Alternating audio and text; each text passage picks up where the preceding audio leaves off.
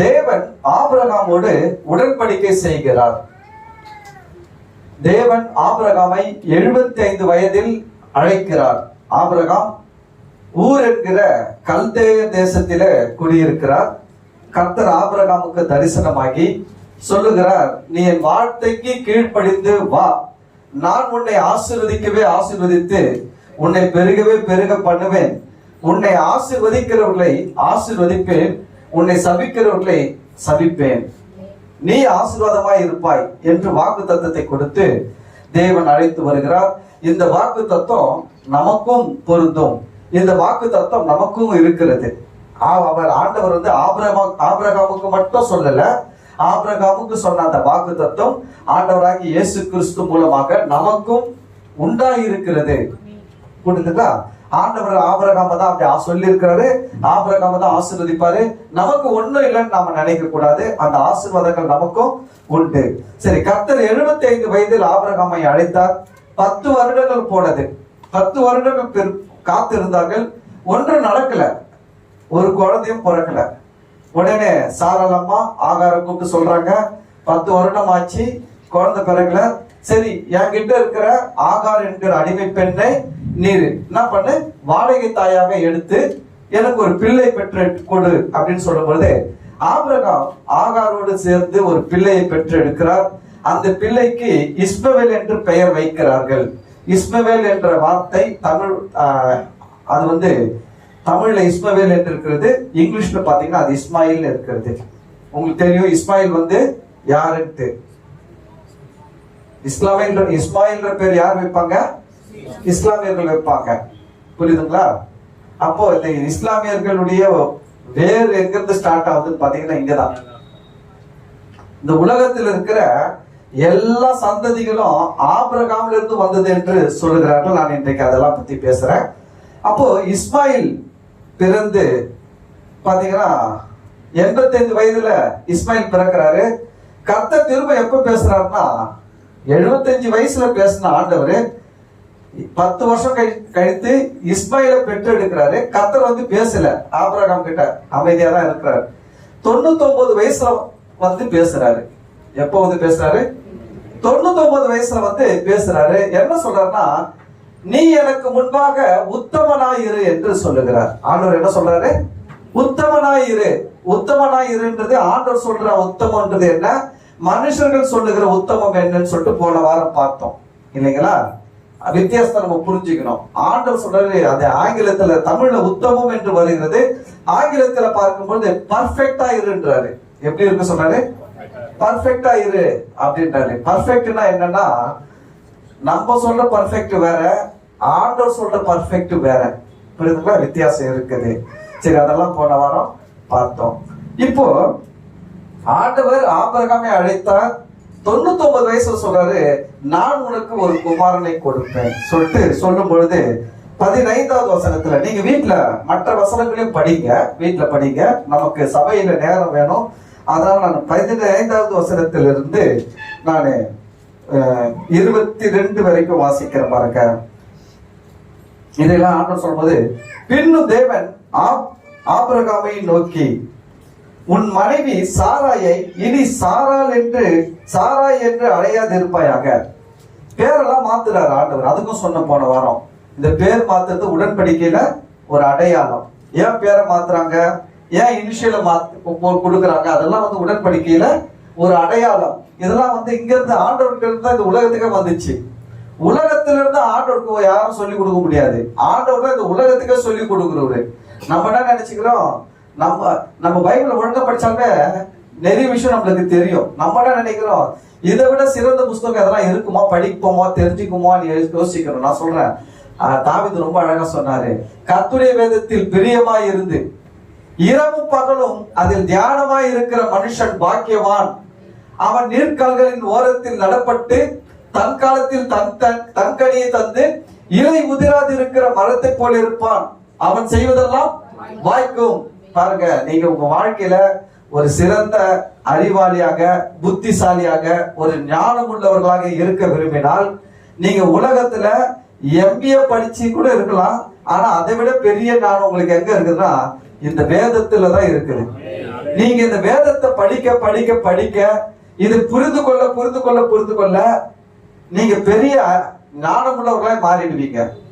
நீங்க யோசிக்காதீங்க, சில பேருக்கு வயசாயிடுச்சு, இனி காலேஜுக்கு போக முடியாது, பிஏ பிகாம் பிஎஸ்சி எல்லாம் படிக்க முடியாது. ஆனா விருப்பம் இருக்கும், நம்ம ஒரு நல்ல அறிவாளியா இருக்கணும், ஞானம் உள்ளவர்களா இருக்கணும் அப்படின்ற விருப்பம் இருக்கும். அப்படி மட்டும் என்ன பண்ணுங்க, நல்லா பைபிள் படிங்க. பைபிள் ஆண்டவர் சொல்லுது, கர்த்தருடைய வேதத்தில் பிரியமா இருந்து. கர்த்தருடைய வேதத்தில் எப்படி இருக்கணும்?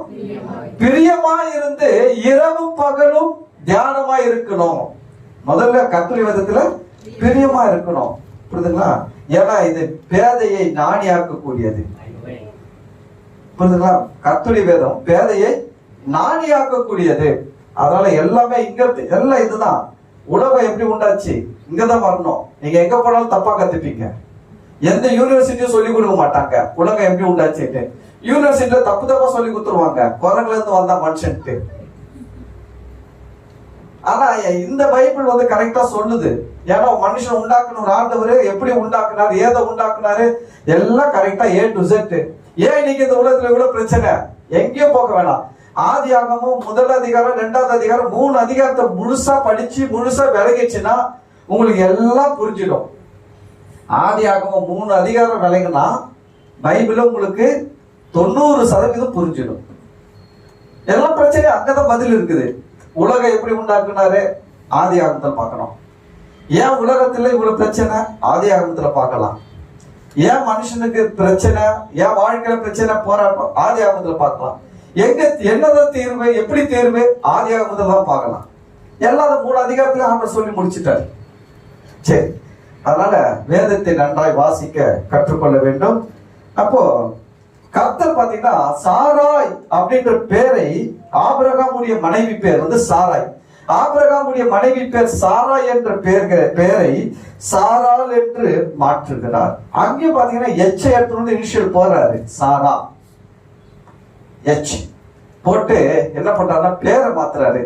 ஏன் இந்த பேரை மாத்துறாருன்னா அந்த அதுல ஒரு விஷயம் இருக்கிறது. இப்போ சாராய் அப்படின்னு கூப்பிடும்போது இளவரசின்னு கூப்பிடுறாங்க. இப்போ சாரால் சொல்லும் போது ஆண்டவர் என்ன சொல்லிட்டாருன்னா அநேக ஜாதிகளுக்கு தாய் அப்படின்ட்டாரு. இதுக்கு முன்னாடி இளவரசின்னு கூப்பிட்டவங்க இப்ப என்ன சொல்றாங்கன்னா அநேக ஜாதிகளுக்கு தாய், தாயேன்னு கூப்பிடுறாங்க. ஆபிரகாம் என்ன சொல்றாங்க, திரளான ஜாதிகளுக்கு தகப்பனேன்றாரு. ஆனா முதல்ல அவர் பேர் ஆபிராம். ஆபிராம்னா உயர்ந்த தந்தை. யாருக்கு? இஸ்மாயில் மட்டும் உயர்ந்த தந்தையா இருந்தாரு. கர்த்தர் சொல்றாரு, நீ இஸ்மாயில் மட்டும் உயர்ந்த தந்தையா இருக்க கூடாது, நீ திரளான ஜாதிகளுக்கு, ஜாதினா நேஷன், தேசங்களுக்கு, திரளான தேசங்களுக்கு நீ தகப்பனா இருக்க போகிறாய் அப்படின்றாரு. அப்போ இந்த ஒரு விஷயம் நம்ம கத்துக்கணும். நம்ம வாயில எந்த வார்த்தைகளை அதிகமாய் பேசுகிறோமோ அதுதான் நம் வாழ்க்கையில நமக்கு நடக்கும். நம்ம வாயில எந்த வார்த்தைகளை பேசுறோம், ஆண்டவர் அதை தான் அங்க டியூன் பண்றாரு. ஏன் ஆபிரகாம் சொல்லிட்டு மாத்துறாரு, பேரை மாத்திரா எல்லாம் நடந்துருமானா அதுல இல்ல. அப்போ அவர் பேர் சொல்றாங்க. இப்போ ஆபிரகாம சொல்லும் போது என்ன சொல்றாங்க, இவ்வளவு நாள் ஆபிராம் அப்படின்னு கூப்பிடும் போது என்னன்னு சொல்றாங்க, உயர்ந்த தந்தையே நாங்க. அவரும் சொல்றாரு, நான் ஒரு உயர்ந்த தந்தை. இப்ப என்ன சொல்றாரு, ஆபிரகாம் போது நான் திரளான ஜாதிகளுக்கு தகப்பன், நான் திரளான ஜாதிகளுக்கு தகப்பன். அந்த அம்மா சொல்றாங்க, நான் திரளான ஜாதிகளுக்கு தாய், நான் திரளான ஜாதிகளுக்கு தாய். அப்படி சொல்ல சொல்ல சொல்ல பாத்தீங்கன்னா கிட்டத்தட்ட 75 வருஷம், 75வது வயதுல ஆண்டவர் சந்தித்தாரு. 99 வயசு ஆயிடுச்சு, கிட்டத்தட்ட 24 வருஷம் ஆயிடுச்சு, குழந்தை பிறக்கல. ஆனா இந்த சொல்ல ஆரம்பிச்ச உடனே ஒரே வருஷத்துல குழந்தை பிறந்துச்சு. அப்போ நிறைய விஷயம் உங்க வாழ்க்கையில, நம்ம வாழ்க்கையில, பொதுவா மனுஷங்க வாழ்க்கையில நிறைய காரியங்கள் நடக்காததுக்கு கடவுள் காரணம் கிடையாது, நம்ம வாய் தான் காரணம். நம்ம வாயிலேயே நம்ம என்ன சொல்லிடுறோம்னா, இதெல்லாம் நடக்காது, இதெல்லாம் கிடைக்காது, இதெல்லாம் வராது, நான் இப்படிதான் இருப்பேன், இது என் தலையெழுத்து, யார் மாத்த முடியும், என்ன பண்ணுது, வாழ்ந்துதான் ஆகணும், இருந்துதான் ஆகணும், அனுபவிச்சுதான் ஆகணும், நான் பண்ண அது இதுன்னு சொல்லி நம்ம வாயில பேசி பேசி பேசி பேசி கெடுக்கிறோம். நான் சொல்றேன், நீங்க வாயை சரி பண்ணிட்டீங்கன்னா வாழ்க்கையே சரியாயிடும். ரொம்ப பெரிய வாழ்க்கை. ஆனா சின்ன வாய். பைபிள் வசனம் அப்படிதான் சொல்லுது. பெரிய கப்பலை சிறிய சுக்கான் என்ன பண்ணுதா? திருப்புகிறது. பெரிய கப்பல் யோசிச்சு பாருங்க, பெரிய கப்பல், அதுல 10 யானை இருக்குது, 20 கார் இருக்குது, என்னென்னமோ இருக்குது, கிட்டத்தட்ட பெரிய ஹோட்டல் மாதிரி இருக்குது கப்பல். ஆனா அந்த கப்பலை திருப்புறத ஸ்டேரிங் சுக்கான் எவ்வளவு பெருசு இருக்குது? சின்னதா இருக்குது, சின்ன சுக்கான். அதுதான் என்ன பண்ண அவ்வளவு பெரிய கப்பலையும் திருப்புது. நம்ம லைஃப் அப்படிதான். பெரிய வாழ்க்கை சிறிய நாவு தான் திருப்பம். நீங்க உங்க நாட்களை என்ன பேசுறீங்கன்றது ரொம்ப ரொம்ப முக்கியம். அதை எப்பவுமே கவனிச்சு பேசணும். நம்ம சும்மா ஆண்டவரை ஏத்துக்கணும், கோயிலுக்கு போறோம், ஞானசாலை எடுத்துட்டோம், அந்நிய பாஷை பேசி குதிக்கிறோம். ஆனா வாழ்க்கையில பிரச்சனை இருந்துகிட்டே இருக்குது. நல்லதான் அந்நிய பாஷையில பேசுறோம், ஆவியில நிரம்புறோம், அபிஷேகம் பெற்று இருக்கிறோம், எல்லாம் பண்றோம். ஆனா வாழ்க்கை மாற மாட்டேங்குது. ஏன் வாழ்க்கை மாற மாட்டேங்குதுன்னா இந்த வாய் மாற மாட்டேங்குது. வாயை மாத்த கத்துக்க. தயவு செஞ்சு நம்ம வாழ்க்கையில நம்ம நல்லா இருக்கணும். இது வரைக்கும் உங்க வாழ்க்கையில எவ்வளவு தூரம் வீணாகி விட்டது, என்னென்னலாம் நடக்கலாம் வேணாம். இனி வர நாட்கள் நல்லா இருக்கணும். இனி வர நாட்கள் நல்லா இருக்கணும்னா நீங்க உங்கள் வாயின் வார்த்தைகளை கவனிக்கணும். நம்ம எதை பேசுறோம்? ஒருவேளை தப்பா பேசிட்டோம்னா டக்குன்னு அதை மாத்திடணும், கேன்சல் பண்ணணும். இப்ப சில நேரத்துல பெரிய ஒரு அதிகாரி முன்னாடி அதிகாரி கேட்கிறாரு, என்ன பண்ணுது? ஆல் ஃபேட் அப்படின்றாரு. அவருக்கு முன்னாடி சொல்ல முடியல உங்களால. ஆமா சார், நான் சார் பண்றதுன்னு சொல்லிட்டீங்க. ஆனா உடனே இமிடியேட்டா வந்து தனியா வந்து என்ன பண்ணிடணும்? சேஞ்ச் பண்ணிடணும். ஆல் ஃபேட் இல்ல, ஆல் ஜீசஸ் அப்படின்னு சேஞ்ச் பண்ணிடணும். அந்த ஆள் அப்படி நம்பி இருக்கிறான். அந்த ஆளுக்கு இயேசுவும் தெரியாது, வாய்னா என்னன்னு தெரியாது, வார்த்தைனா என்னன்னு தெரியல, வாழ்க்கைனா என்னன்னு தெரியல. அவங்க பேசுறாங்க ரட்சிக்கப்படாதவங்க. நம்மளும் அவங்க கூட சேர்ந்து ஆமேன் போடக்கூடாது. நம்ம வந்து எப்பவுமே நம்ம வார்த்தைகளை கரெக்டா இருக்கணும். அதுல நான் சொல்றேன் கேளுங்க, 24 வருஷமாக கிடைக்காத ஈசாக்கு ஒரே வருஷத்துல பிறந்தார். எப்போ? வார்த்தையை மாற்றும் பொழுது வாழ்க்கையில மாற்றம். ஆமென். சரி, அதனாலதான் ஆண்டவர் வந்து ஆபிராம் என்கிற பெயரை ஆபிரகாம் என்று மாற்றுகிறார். சாராள் என்ற பெயரை, சாரா என்கிற பெயரை சாராள் தமிழ்ல மாற்றுகிறார். அல்லேலூயா.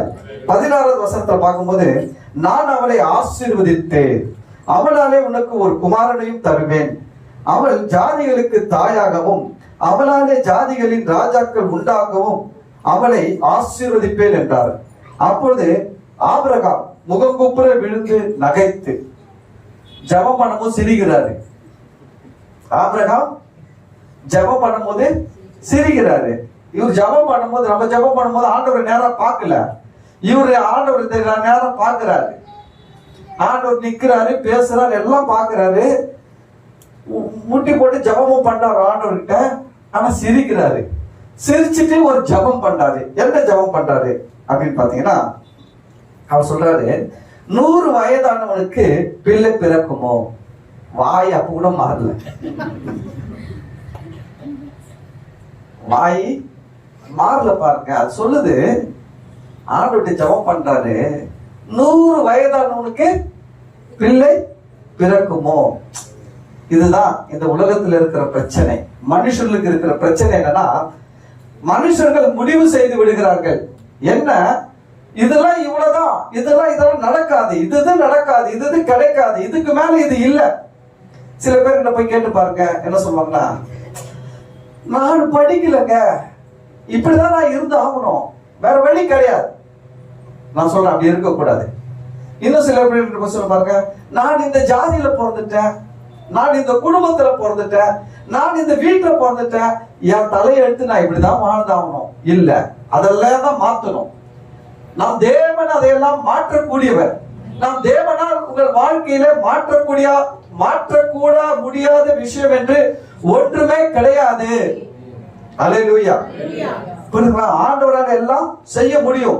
வசனம் சொல்லுகிறது, தேவனால கூடாத காரியம் ஒன்றுமில்லை. ஆனா நம்ம எண்ணங்கள் எப்படி ஆயிடுதுன்னா, நான் இந்த குடும்பத்துல பிறந்துட்டேன் பாஸ்டர், எங்க குடும்பத்துல யாருமே காலேஜுக்கே போனது இல்ல, நான் எப்படி நல்லா இருக்க முடியும்? நான் 8வது தான் படிச்சிருக்கிறேன், 7வது தான் படிச்சிருக்கிறேன், நான் எப்படி நல்லா இருக்க முடியும்? ஆபிரகாம் மாதிரி ஆயிட்டீங்க. ஆபிரகாம் சொல்றாரு, 100 வயதானவனுக்கு பிள்ளை பிறக்குமோ? எப்படி பேசுற பாருங்க.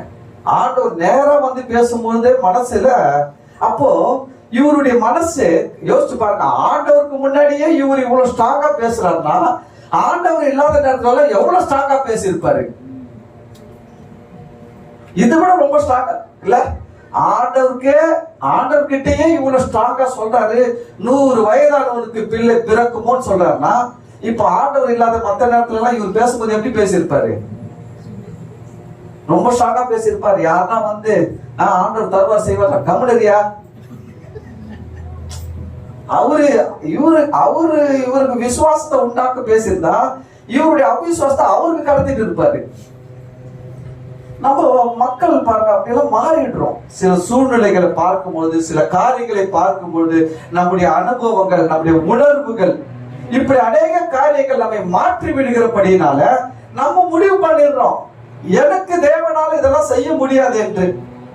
ஆனா நான் சொல்றேன் கேளுங்க, உங்க வாழ்க்கையில உங்களுக்கு செய்ய முடியாத காரியம் என்று தேவனுக்கு ஒன்றுமே கிடையாது. ஆமென்.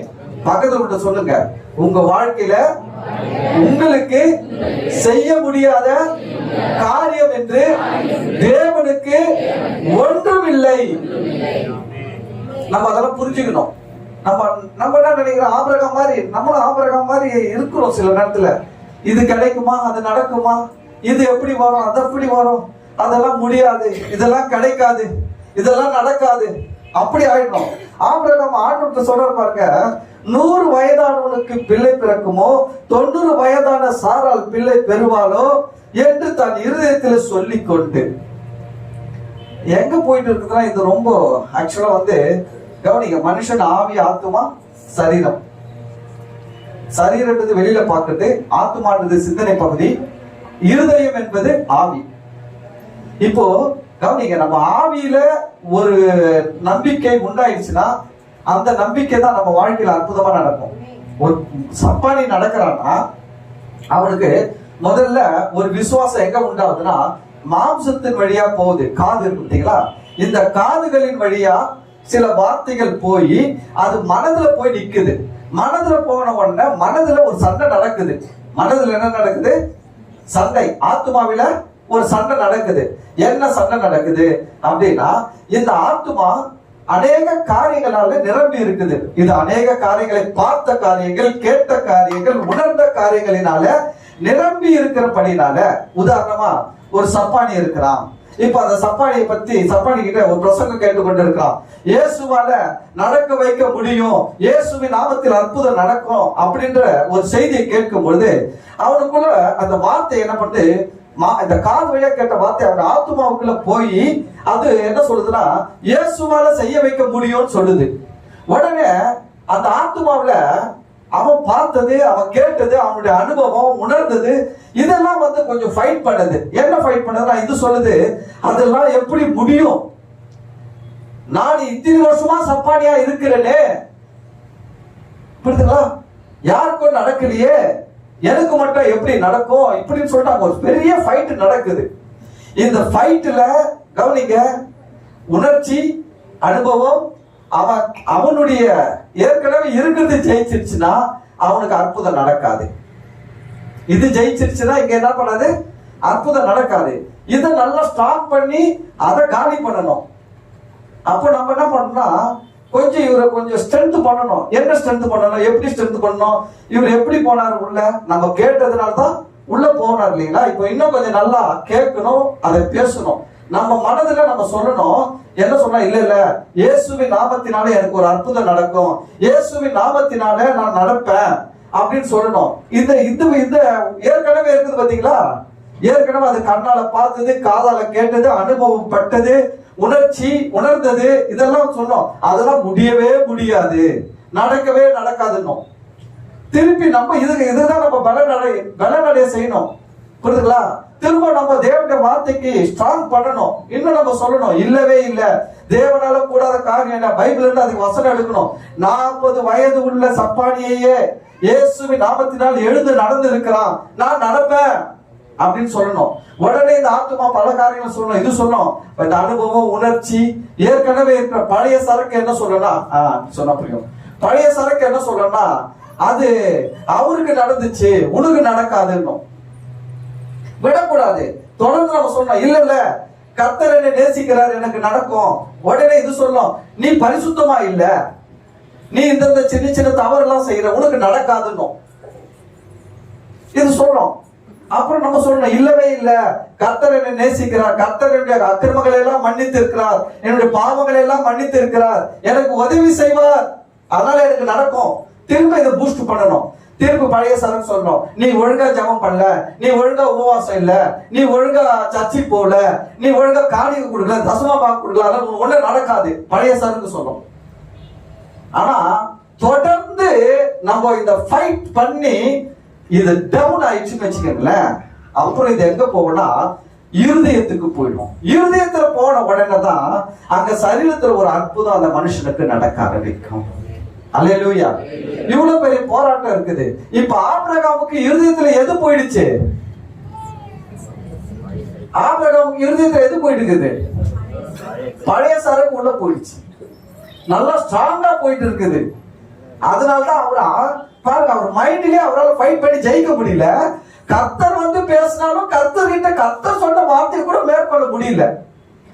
என்னதான் சொல்றாரு அவரு, 100 வயதானவனுக்கு பிள்ளை பிறக்குமோ, 90 வயதான சாரால் பிள்ளை பெறுவாளோ சொல்லி தன் இருதயத்தில் சொல்லிக் கொண்டு 17வது வசனம், அப்போது ஆபிரகாம் முகம் குப்புற விழுந்து நகைத்து இப்படி ஜெபப்பட்டு 18வது வசனத்துல, இஸ்மவேல் உமக்கு முன்பாக பிழைப்பானாக. என்ன சொல்றாரு? இஸ்மவேல் உமக்கு முன்பாக அப்படின்னா என்னன்னா, எதுக்கு ஆண்டவரே நடக்காததெல்லாம் பேசிட்டு இருக்கிறீங்க? எனக்கு ஏற்கனவே ஒரு பையன் இருக்கிறான், அவன் பேர் இஸ்மாயிலு, அவனை மட்டும் கொஞ்சம் ஏதாவது கொஞ்சம் காப்பாத்தி விட்டுட்டுங்க. அப்போ அவர் மைண்ட்ல அவனுடைய காதுல கர்த்தர் பேசியே போகல. நான் பேசி போவோமா தெரியல, எத்தனை பேருக்கு போவோம் எத்தனை போவாதுன்னு தெரியல, எத்தனை பேர் ஆபிரகாம் மாதிரி இங்க உட்கார்ந்து இருக்கிறீங்க தெரியல. ஆமா, இது நல்ல ஆபிரகாம் கிடையாது.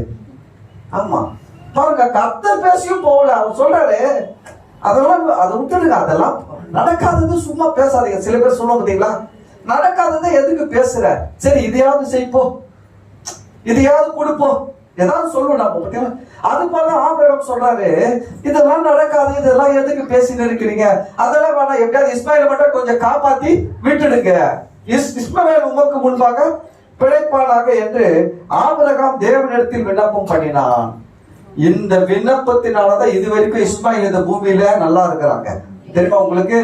இந்த இஸ்மாயில் கூட்டத்தார் நல்லா இருப்பதற்கு காரணம் அன்றைக்கு ஆபிரகாம் தேவனிடத்தில் ஜெபித்த இந்த ஜெபம் தான். நான் சொல்லிட்டேன், இந்த இஸ்மாயில் கூட்டத்தார் 5 வேளை தொழுகை பண்ணி நல்லா இல்ல, கர்த்தர்கிட்ட ஆபிரகாம் வேண்டிக் கொண்டார் அன்னைக்கு, இஸ்மாயில் உமக்கு முன்பாக பிழைப்பானாக. அந்த ஜபத்துக்குரிய பதில், அந்த ஜபத்துக்குரிய பதில்னால்தான் இந்திய வரைக்கும் இஸ்மாயில் கூட்டம் நல்லா இருக்குது. ஆனா இன்னைக்கு கிறிஸ்தவர்கள் என்ன நினைக்கிறாங்க தெரியுங்களா, பாஸ்டர் அவங்க ரொம்ப பரிசுத்தமா இருக்கும், பாஸ்டர் அவங்க பயங்கர பக்தி. யார் சொல்லிச்சு?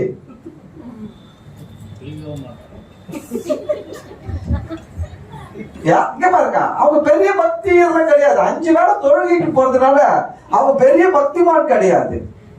புரியுதுங்களா? தேவன் எதிர்பார்க்கிற பக்தி வேற, தேவன் ஆண்டவர் நம்ம கிட்ட எதிர்பார்க்கிற பக்தி வேற. புரியுதுங்களா? இப்ப என்கிட்ட ஆண்டவர் சொல்லிச்சுல, 100 தோப்புக்காரனை போட்டுட்டா போதும், நான் 100 தோப்புக்காரனை போட்டு நான் என்ன பண்ணாலும் அநியாயம் பண்ணிக்கலாம், அக்கிரமம் பண்ணிக்கலாம்னா அப்புறம் அந்த கடவுள் எனக்கு சொன்னதுக்கு அர்த்தமே இல்லையே. காலையில எழுச்சி 100 தோப்புக்காரனை போட்டு 2 பேரை கொலை பண்ணா கூட எனக்கு பரவாயில்லன்னு கடவுள் சொன்னா, அப்படிப்பட்ட கடவுள் என்ன கடவுள்? அது என்ன சட்டம்? அது என்ன பக்தி? கிடையாது. புரியுதுங்களா? ஆண்டவர் வந்து நம்ம கிட்ட சட்டங்களை எதிர்பார்க்கலங்க, அன்பை எதிர்பார்க்கிறார். நான் அப்படியே கரெக்டா அப்படியே நூல் பெசகாம சட்டப்படி செய்ய, அது ஆண்டவர் தேவையில்லை. அன்பு வேணும், அவரை சேவிக்கிறதுல அன்பு வேணும், அவரை ஆராதிக்கிறதுல அன்பு வேணும், அவரை வணங்குறதுல அன்பு வேணும். புரியுதுங்களா? அதுதான் எதிர்பார்க்கிறாரு. இப்போ ஆபிரகாம் சொல்றாரு, இஸ்மவேல் உமக்கு முன்பாக பிழைப்பானாக என்று ஆபிரகாம் தேவனிடத்தில் விண்ணப்பம் பண்ணினான். அப்பொழுது தேவன், அவர் பாருங்க ஆண்டவர் எப்படிங்கிறார் பாருங்க, உன் மனைவியாகிய சாராள் நிச்சயமாய் உனக்கு ஒரு குமாரனை பெறுவாள். அவர் பாருங்க, ஆண்டவர் மாறாதவர். ஆண்டவர் மாறாதவர். வசனம் சொல்லுது, பொய் சொல்ல தேவன் மனிதன் அல்ல, அவர் சொல்லியும் செய்யாது இருப்பாரோ, வசனித்தும் நிறைவேற்றாமல் இருப்பாரோ. ஆண்டவர் சொன்னாதான் செய்வாருங்க, நிச்சயமா செய்வாரு. அவரால் செய்ய முடியாத காரியம் கிடையாது. நாட்கள் அப்போ கொஞ்சம் முன்ன பின்ன ஆகலாம், சூழ்நிலைகள் முன்ன பின்ன ஆகலாம், ஆனா கண்டிப்பா கர்த்தர் செய்வாரு. அவர் மாறல. இவர் ஆபிரகாம் சொல்றாரு, அதெல்லாம் வேணாம் ஆண்டவரே, இஸ்மாயில ஆசீர்வதிச்சு கொஞ்சம் நல்லா வைங்க. அவர் சொல்றாரு, ஆண்டவர் அந்த காதலியே வாங்கல, அதை பத்தி ரெஸ்பான்ஸ் பண்ணலாம். சொல்றாரு, நிச்சயமா சாராள் ஒரு குமாரனை பெறுவாள். இதுதான் ஆண்டவர். நாமும் இப்படிதான் அந்த வார்த்தையில உறுதியா இருக்கணும்னு விரும்புறாரு. நாம ஆண்டுடைய பிள்ளைகள் தானே, அப்படி பிள்ளைகள் தானே. அப்ப அவரை மாதிரி தானே இருக்கணும். உங்க பிள்ளைங்க உங்க மாதிரி இல்லாம ரெண்டு கணவன் மனைவி நல்லா வெள்ளை வெளியேன்னு இருக்கிறாங்க, பிறகுற புள்ள கருப்பா நீக்கிற மாதிரி பிறந்தா என்ன சொல்லுவாங்க, ரெண்டு பேருக்கும் சண்டை வந்துடும். நம்மள மாதிரி இல்லை அந்த குழந்தைன்றதால அந்த குடும்பமே பிரிஞ்சிடும். புரியுதுங்களா? அப்ப நீங்க ஆண்டுடைய பிள்ளைகள்னா உங்க வாயிலையும் உங்களுடைய உங்க விசுவாசம் அப்படிதான் இருக்கணும். உலகம் ஆபிரகாம் மாதிரி நிறைய பேர் வந்து சொல்லுவாங்க, நிறைய பேர் வெள்ளஜிமெல்லாம் போட்டு வந்து ஆபிரகாம் மாதிரி கூட சொல்லுவாங்க, இதெல்லாம் நடக்காது, அதெல்லாம் கிடைக்காதுன்ட்டு. நீங்க அப்படிலாம் இருக்கக்கூடாது. வசனம் எனக்கு இதை சொல்லி இருக்குது, எனக்கு இது நடக்கும். சில பேர் ஹோட்டலுக்கு போயிட்டு என்ன பண்ணுவாங்க தெரியுங்களா, மெனு கார்டு கொடுத்துருவான் கையில. இவங்க ஒன்று செலக்ட் பண்ணி கொடுத்த உடனே மெனு கார்டுல கொடுத்துட்டு அவன் சொல்லுவான் இது இப்ப இல்லைன்னுவான். சில பேர் காம்ப்ரமைஸ் ஆக மாட்டாங்க, எனக்கு தெரியாது மெனு கார்டுல இருந்து அது இடையில எனக்கு எடுத்து வந்து வைக்கணும், வேற வழி இல்லாம கொஞ்சம் அவனுக்கு வேற வழி இல்லாம செஞ்சு எடுத்து வந்து கொடுப்பாங்க. என்ன பண்றது, ஒரே பிடிவாத காரணம் இருக்கிறான். நம்மளும் அப்படிதான் இருக்கணும். ஆண்டுடைய வார்த்தைகளில நாம் விசுவாசத்தோடு ஆண்டுடைய வார்த்தைகளை பிடிவாதமா இருக்கணும். எனக்கு ஆண்டவர் இப்படி சொல்லி இருக்கிறார், எனக்கு நடக்கும், எனக்கு கிடைக்கும், இது இப்படிதான் எனக்கு இருப்பேன், நான் இப்படிதான் இருப்பேன், இந்த வசனத்தின்படி நான் இருப்பேன். சிங்க குட்டிகள் தாழ்ச்சி அடைந்து பட்டினியா கிடக்கும், கர்த்தரை தேடுகிற எனக்கு ஒரு நன்மையும் குறைவுபடாது. குறைவெல்லாம் பார்த்து பேசணும். கர்த்தரின் மெய்ப்பரா இருக்கிறார், நான் தாழ்ச்சி அடையவே மாட்டேன், எந்த விஷயத்திலும் நான் தாழ்ந்து போக மாட்டேன். தாழ்ந்து போகணும்னா சண்டையில இல்ல, வீராப்புல இல்ல, வாழ்க்கையில எந்த விஷயத்திலும் நான் தாழ்வாவே தாழ்ச்சியான நிலையில இருக்க மாட்டேன். கர்த்தரின் மெய்ப்பரா இருக்கிற சொல்லிட்டு அதுல ஸ்ட்ராங்கா இருக்கணும். பாருங்க, ஆண்டவர் பாருங்க எவ்வளவு ஸ்ட்ராங்கா இருக்கணும். அவர் சொல்றாரு, அப்போ தேவன் உன் மனைவியாகிய சாராள், அடுத்த வார்த்தை பாருங்க எப்படி சொல்றாரு, சொல்லுங்களா அந்த வார்த்தை. அப்புறம் நிச்சயமாய் சொல்லுங்க, நிச்சயமாய். நான் சொல்றேன், நிச்சயமாய் உங்களுக்கு நடக்கும், நிச்சயமாய் தேவன் செய்வார். அவரே சொல்றாரு பாருங்க. இவர் சொல்றாரு எனக்கு அதெல்லாம் நடக்காது, எனக்கு அதெல்லாம் கிடைக்காது. அவர் சொல்றாரு நிச்சயமாய் உனக்கு ஒரு குமாரனை பெறுவாள் சொல்லிட்டு அவர் ரொம்ப அட்வான்ஸா போயிருக்கிறார் ஆண்டவரு. அவனுக்கு ஈசாக்கு என்று பெயரிடுவாயாக. நம்ம ஊர்ல கிண்டல் பண்ணுவாங்க, குழந்தையே பிறகுல இப்பவே பேர் வைக்கிறதுக்கு. இந்த சிஸ்டத்தை தொடங்கி வச்சுக்கிற அவர் தான். குழந்தை பிறகுறதுக்கு முன்னாடி பேர் வைக்க ஆரம்பிச்சுறாரு நம்ம ஆண்டவர் தான். ஃபர்ஸ்ட் அவர் தான் ஸ்டார்ட் பண்றாரு. ஸ்டார்ட் பண்ணி சொல்றாரு, அந்த குழந்தைக்கு ஈசாக்கு என்று பெயர் வைப்பாயாக சொல்லிட்டு என் உடன்படிக்கையை அவனுக்கும் அவனுக்கு பின்வரும் அவன் சந்ததிக்கும் நித்திய உடன்படிக்கையாக ஸ்தாபிப்பேன். இப்ப என்ன சொல்றேன்னா, நான் ஈசாக்கு கூட என்ன பண்ணுவேன்னா உடன்படிக்கை. என்னது உடன்படிக்கை? உடன்படிக்கைன்றது என்னன்னா, நான் ஏற்கனவே பல காரியம் சொல்லிருக்கேன். ஒரு மரம் இருக்குதுன்னு வச்சுக்கீங்களேன், அதோடைய வேர்ல இன்னொரு ஒரு செடியை எடுத்துட்டு வந்து ஒட்ட வைப்பது. எங்க? வேர்ல ஒட்ட வைத்து அதை வெட்டி ஒட்ட வைத்து இணைப்பதுதான் உடன்படிக்கை. அப்ப அந்த மரத்துள்ள இருக்கிற எல்லா தன்மையும் எதுக்கும் வருது, இந்த இன்னொரு மரத்துக்கும் வருகிற மாதிரி தான். புரியுதுங்களா? அப்போ உடன்படிக்கையில என்னன்னா, தேவன் கிட்ட இருக்கிற எல்லா நன்மைகள், எல்லா வல்லமைகள், எல்லா அதிகாரங்கள், எல்லா உரிமைகளும் யாருக்கும் வருது? உடன்படிக்கையில இணைகிறவர்களுக்கும் வருது. புரியுதுங்களா? ஈசாக்கு கிட்ட சொல்றாரு, ஈசாக்கு என் உடன்படிக்கை, ஈசாக்கோட என் உடன்படிக்கையை ஏற்படுத்துவேன். இஸ்மாயில் இருக்கிறாரு, இஸ்மாயில் கூட கிடையாது. கர்த்தர் தேவன், வானத்தையும் பூமி படைத்த சர்வ வல்லமையுள்ள தேவன் ஆபிரகாமுக்கு இஸ்மாயில் பிறந்திருந்தாலும் இஸ்மாயில கணக்கில் எடுக்கல. யார் கூட உடன்படிக்கை என்றாரு? ஈசாக்கு கூட என் உடன்படிக்கை ஏற்படுத்துவேன். உடன்படிக்கையில உடன்படிக்கைக்கும் ஆசீர்வாதத்துக்கும் வித்தியாசம் இருக்குது. பாருங்க, ஈசாக்குக்கு என்ன கொடுக்கிறாரு? உடன்படிக்கை. ஈசாக்குக்கு என்னது? ஆமா, ஈசாக்குக்கு உடன்படிக்கை. இஸ்மாயிலுக்கு என்ன பண்றாரு பாருங்க, 20வது வசனம். இஸ்மவேலுக்காகவும் நீ செய்த விண்ணப்பத்தை கேட்டேன். ஹலோ, ஆபிரகாம் என்ன விண்ணப்பம் பண்ணாரு? இஸ்மவேல் உமக்கு முன்பாக பிழைப்பானாக விண்ணப்பம் பண்ணாரு. அந்த விண்ணப்பத்தை தான் சொல்றாரு. அந்த விண்ணப்பத்தை கேட்டேன், நான் அவனை ஆசீர்வதித்து. இஸ்மாயிலுக்கு என்ன கொடுக்கிறாரு? ஆசீர்வாதம். ஈசாக்கு கேட்டது உடன்படிக்கை. மறந்துடாதீங்க, இஸ்மாயிலுக்கு ஆசீர்வாதம், ஈசாக்குக்கு உடன்படிக்கை. ஆசீர்வாதத்தை விட உடன்படிக்கை பெருசு. ஆசீர்வாதத்தை விட உடன்படிக்கை ரொம்ப ரொம்ப பெருசு. மறந்து போக கூடாது. நம்ம என்ன நினைக்கிறோம்? ஆசீர்வாதம் வந்துட்டா போதும் நினைக்கிறோம். நான் சொல்றேன், இன்னைக்கு சொல்றேன் பாருங்க, ஆண்டவருடைய பிள்ளைகளாகிய நீங்கள் எதுல இருக்கிறீங்கன்னா உடன்படிக்கையில இருக்கிறீங்க. இயேசு கிறிஸ்து எல்லாரும் சர்ச்சுக்கு வரீங்க, சர்ச்சில் திருவிருந்து எடுக்கிறீங்க.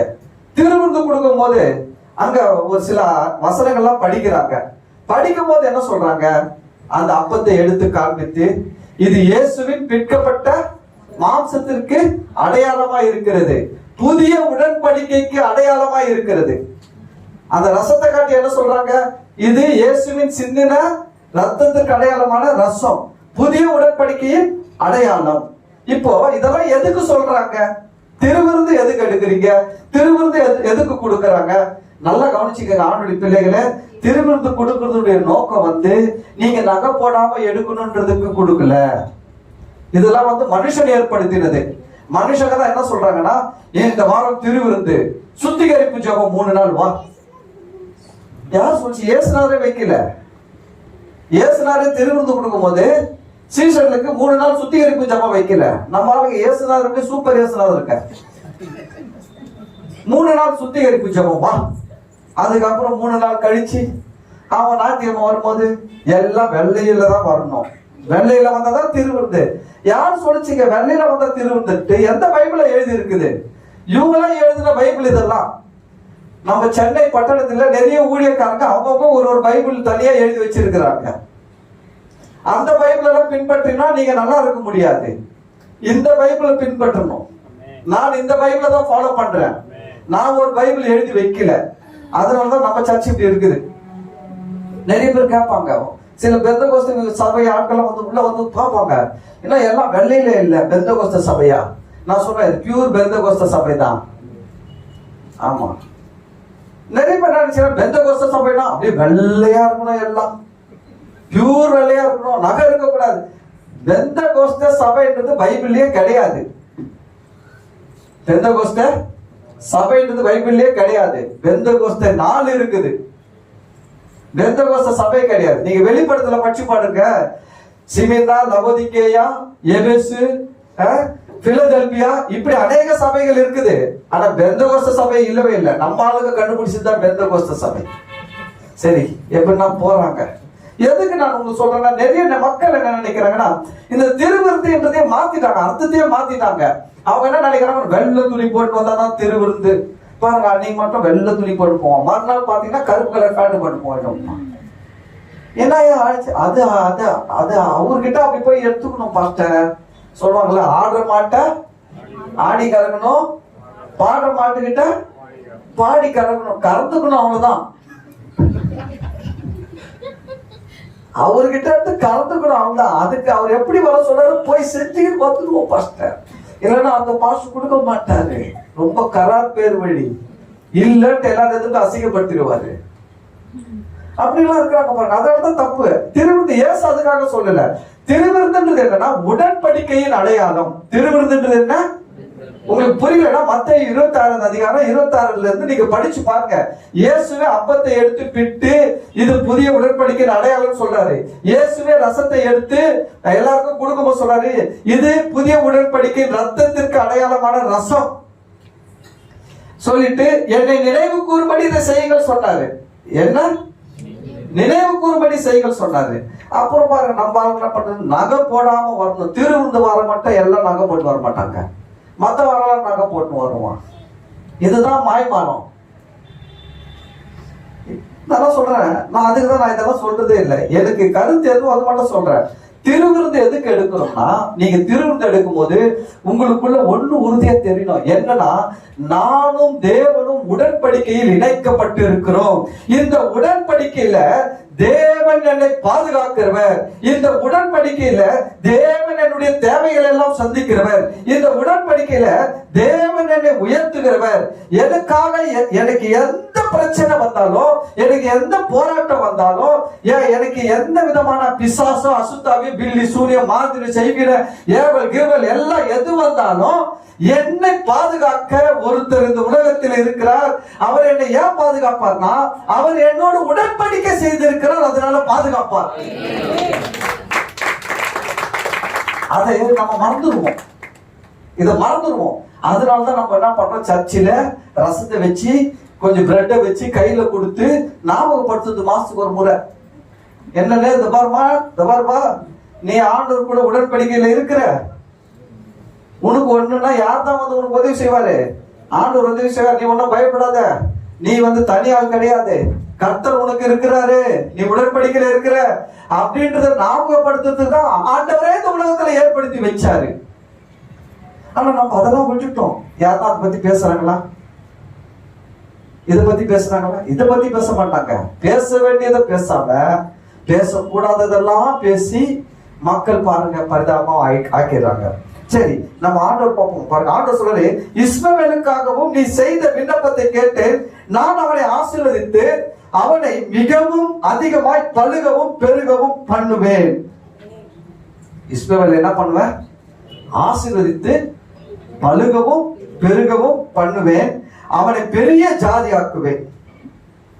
இன்னைக்கு இஸ்மாயில் பாத்தீங்கன்னா உலகத்துல பெரிய கூட்டமா இருக்கிறாங்களா இல்லைங்களா? ஆசீர்வாதமா இருக்கிறாங்களா இல்லையா? ஏமா, என்ன கிணறுல அவங்க கிட்ட தான் இருக்குது. இதுக்கெல்லாம் யார் காரணம்? தேவன். தேவன் கொடுக்கறதுக்கு யார் காரணம்? ஆபிரகாம். அவங்க அதனாலதான் இப்ராஹிம் அப்படின்னு தூக்கி வச்சு கொண்டாடுறாங்க. இந்த ஆபிரகாம தான் அவங்க இப்ராஹிம் சொல்றாங்க. இந்த இப்ராஹிம தூக்கி வச்சு கொண்டாடுறதுக்கு காரணம் என்னன்னா, அவன் இன்னைக்கு நல்லா இருக்கிறதுக்கு காரணமே இந்த இப்ராஹிமுடைய ஜபம் தான். தேவன் கிட்ட ஜபம் பண்றாரு இப்ராஹிம். என்னன்னு, இஸ்மாயில கொஞ்சம் நினைங்கப்பா, இஸ்மாயில காப்பாத்துங்கப்பா, இஸ்மாயில ஆசீர்வதிங்கப்பா. அதுக்குதான் சொல்றாரு, நீ பண்ண ஜபத்தை நான் கேட்டேன், இஸ்மாயில ஆசீர்வதிப்பேன், இஸ்மாயில பெருக பண்ணுவேன், அவனை பெரிய ஜாதியாக்குவேன், அவனை நல்லா வைக்கிறேன் ஆபிரகாம் அப்படின்னாரு. சொன்னாலும் செய்யுங்க, குழம்பாதீங்க. தமிழ் ஆபிரகாம், அது இங்கிலீஷ்ல வரும்போது இப்ராஹிம். தமிழ்ல இஸ்மவேல், இங்கிலீஷ்ல வரும்போது இஸ்மாயில். புரியுதுங்களா? இந்த பாருங்க, கிறிஸ்தவம் முஸ்லிம்ல இருந்து வரல, கிறிஸ்தவத்துல இருந்தா முஸ்லிம் போயிருக்குது. இங்க இருந்து ஒரு பிரான்ச் தான் அங்க போயிருக்குது ஒழிய நம்ம ஆளுங்களுக்கு புரியவே மாட்டேங்குது. அவங்க நம்ம ஆளுங்க என்ன நினைக்கிறோம், பாஸ்டர் அவங்க ரொம்ப பெரிய, அவங்கள மாதிரிலாம் நம்மளால இருக்க முடியாது பாஸ்டர். ஹலோ, அவங்கள விட நீங்க தான் பெரிய ஆளுங்க. நீங்க உடன்படிக்கையில இருக்கிறீங்க, அவன் ஆசீர்வாதத்துல இருக்கிறான். உடன்படிக்கைக்கும் ஆசீர்வாதத்துக்கும் ஒரு வித்தியாசத்தை காட்ட பாருங்க. 21 படிச்சிடறேன். வருகிற வருஷத்தில் குறித்த காலத்தில் சாரால் உனக்கு பெறப்போகிற ஈசாக்கோடு நான் என் உடன்படிக்கை ஏற்படுத்துவேன் என்றார். தேவன் ஆபிரகாமோடு பேசி முடித்த பின்பு அவர் அவனை விட்டு எழுந்தருளி போனார். அல்லேலூயா. இப்ப ஆண்டவர் இதெல்லாம் சொல்லிட்டாரு. சொல்லிட்ட பிறகு பாருங்க, ஆசீர்வாதத்துக்கும் உடன்படிக்கைக்கும் என்ன வித்தியாசம் அப்படின்னா, இப்போ ஆசீர்வாதம் என்னன்னா, என் பாக்கெட்ல இருக்கிற என்கிட்ட 10,000 ரூபாய் இருக்குது, 10,000 ரூபாய் கூட நான் எடுத்து கொடுத்துருவேன். இது ஆசீர்வாதம். ஒரு மனுஷனுக்கு ஆசீர்வாதம் என்ன, என்னிடத்தில் இருக்கிறதை கொடுக்கிறது. ஏன் விருப்பம், 10,000 ரூபாய் இருக்குது, நான் 10,000 ரூபாய் கொடுக்கலாம், 5,000 ரூபாய் கூட கொடுக்கலாம், 2,000 கொடுக்கலாம், 1000 கொடுக்கலாம், சில 1000 ஒரு 500 ரூபாய் கூட தான் கொடுப்பேன். அதுதான் ஆசீர்வாதம். என்கிட்ட இருக்கிட்ட நான் விரும்புற மாதிரி கொடுக்கறது ஆசீர்வாதம். உடன்படிக்கைன்றது அப்படி கிடையாது. என்கிட்ட இருக்கிற 10,000 மட்டும் கிடையாது. என்கிட்ட ஒரு 3 வீடு இருக்குன்னா அந்த 3 வீடும் யாருக்கு தான் சொன்னா உடன்படிக்கையில் இருக்கிறா பாருங்க, அவர்களுக்கு சொந்தம். வெறும் 10,000 மட்டும் கிடையாது. வீட்டுல நான் 1 லட்சம் வச்சிருக்கலாம், அந்த 1 லட்சமும் அவனுக்கு தான் சொந்தம். எனக்கு 2 வீடு இருக்கலாம், 3 வீடு இருக்கலாம், எல்லாம் அவனுக்கு தான் சொந்தம். உடன்படிக்கைன்றது அப்படி. அப்போ ஆசீர்வாதம்ன்றது இப்படி, உடன்படிக்கைன்றது அப்படி. ஆசீர்வாதத்தில் இருந்தது என்னன்னா டெய்லி பிச்சை கேட்டு பழைக்கிற மாதிரி, ஆண்டவரே கொஞ்சம் ஆசீர்வதிக்கப்பா, ஆசீர்வதிக்கப்பா, இந்த ஒரு ஆசீர்வாதம் மட்டும் போதும்பா, அந்த ஒரு ஆசீர்வாதம். உடன்படிக்கைன்றது அப்படி இல்லை. புரியுதுங்களா? ஆசீர்வாதம்ன்றது புரியுற மாதிரி சொல்றாங்க. உங்க வீட்டுக்கு ஒரு கெஸ்ட் வராரு, அவருக்கு நீங்க தண்ணி குடிப்பீங்க, டீ குடிப்பீங்க, காபி குடிப்பீங்க. ஒருவேளை குளிர்காலமா இருந்தா சூக்காப்பி வேற எதனா குடிப்பீங்க. ஒரு வெயில் காலமா இருந்தா கூல் ட்ரிங்க்ஸ், ஜூஸ் எல்லாம் போட்டு குடிப்பீங்க. ஆனா அவர் உங்க வீட்டுல இருக்கிற ஃப்ரிட்ஜில் திறந்து அவரை எடுத்து குடிக்க முடியாது. அவர் நீட்டா உங்க ஃப்ரிட்ஜை திறந்து என்னென்ன வச்சுக்கிற பாரு திறக்க முடியாது. அவர் உட்காரலாம் சோஃபால, அவர் மரியாதையா சோஃபால உட்காரலாம். நீங்க அவரை நேசிக்கலாம், அவர் உங்களை நேசிக்கலாம், எல்லாம் இருக்கலாம், எல்லா உறவுகளும் இருக்கலாம். ஆனா அவர் ஃப்ரிட்ஜை திறக்க முடியாது. உங்க சமையல் கட்டுல போயிட்டு என்னென்ன இருக்குது, இல்ல உங்க பீரோவை திறந்து எவ்வளவு வச்சிருக்கிறதெல்லாம் பார்க்க முடியாது. அவருக்கு ஆனா நீங்க குடுப்பீங்க சூப்பரா பூஸ்ட்.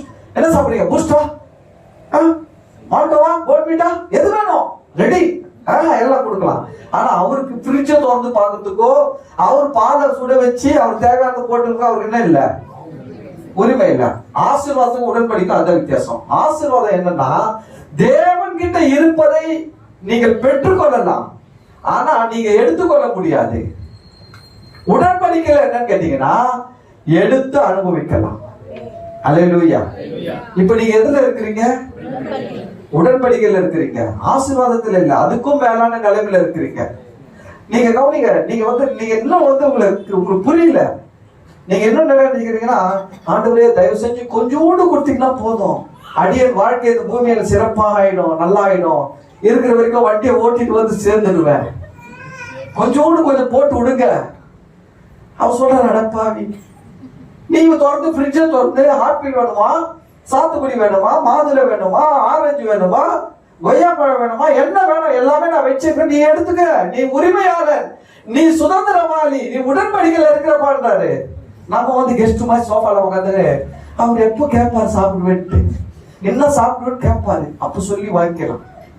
நம்ம இப்படி உட்கார்ந்து இருக்கிறோம். ஆனா அவர் சொல்றாரு வீடு உண்டுப்பா, நீ எடுத்துக்கப்பா. ஆபிரகாம் வாழ்க்கையில், இஸ்மாயில் வாழ்க்கையில் நடந்தது பாருங்க, என்ன நடந்தது நான் காட்டுறேன் பாருங்க. ஆதியாகமம் 21வது அதிகாரம் 13வது வசனம். ஆதியாகமம் 21:13.